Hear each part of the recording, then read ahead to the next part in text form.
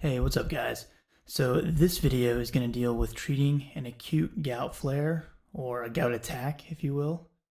So we have a few different options. We can go with colchicine, NSAIDs, or corticosteroids. So first up is colchicine. Now, when someone's having an acute gout flare, they are going to have really bad pain, really bad inflammation in a specific joint, and sometimes even multiple joints. So what colchicine does is it inhibits the polymerization of microtubules from neutrophils. This is going to stop mitosis, which then keeps neutrophils from being able to migrate to the source of inflammation and basically cause further inflammation. So you're stopping that neutrophil chemotaxis before it ever takes place. So it's dosed at 1.2 milligrams, followed by 0.6 milligrams 1 hour later. Now, you may have noticed that this is much lower dosing than we used to dose colchicine back in the day, and that's because of the AGREE trial. So we used to dose colchicine at 4.8 milligrams over that first day. This was compared head-to-head with the 1.8 milligrams that we use now, and the results as far as pain and inflammation and relief from the flare was no different between the two groups. So 1.8 was considered the standard, plus we cut down significantly on side effects. And one of the biggest side effects of colchicine is diarrhea. So if we can treat the person's flare and pain and inflammation without giving them horrible diarrhea, that's a good thing. Also keep in mind that colchicine has to be given within 36 hours of symptom onset. So it can stop those neutrophils from getting to the site of inflammation, but once they're already there and causing more and more inflammation, we can't really stop that process. So keep that in mind, 36 hours is kind of our window that we need to stay in. So we can also use NSAIDs when we're treating a gout flare.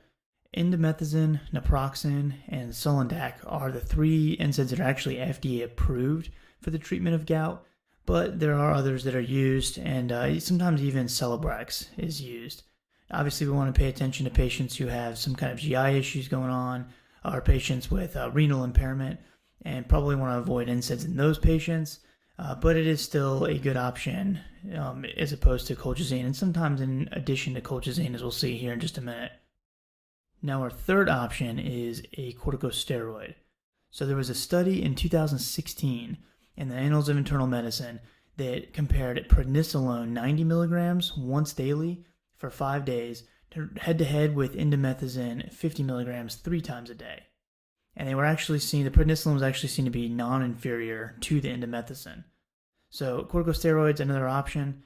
Now, one concern that some providers may have is that if it is not truly gout that's causing this joint pain and it's actually some kind of an infectious process, the indomethacin or any of the NSAIDs, the corticosteroids, are actually going to potentially cause a misdiagnosis because they are going to give the patient some relief. And so if the physician is saying it's gout, you're getting relief, it looks like gout, the infection's allowed to remain and potentially become worse. Whereas if we give colchicine, if it's not gout, then the medication's not going to do anything, and the person's symptoms are not going to improve, and then we know that we need to probably check the synovial fluid in the joint and see if there's some kind of infection going on. Now, as far as choosing between one of the three, a lot of times physicians will just kind of default to colchicine, but really any monotherapy is sufficient for mild to moderate pain.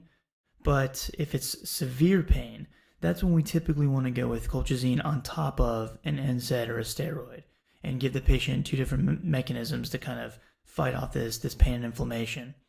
Now, this isn't usually the time where we want to start urate lowering therapy like allopurinol. I'm going to go into that in another video. But keep that in mind that that is kind of another piece of the puzzle, and we'll go into that in the next video.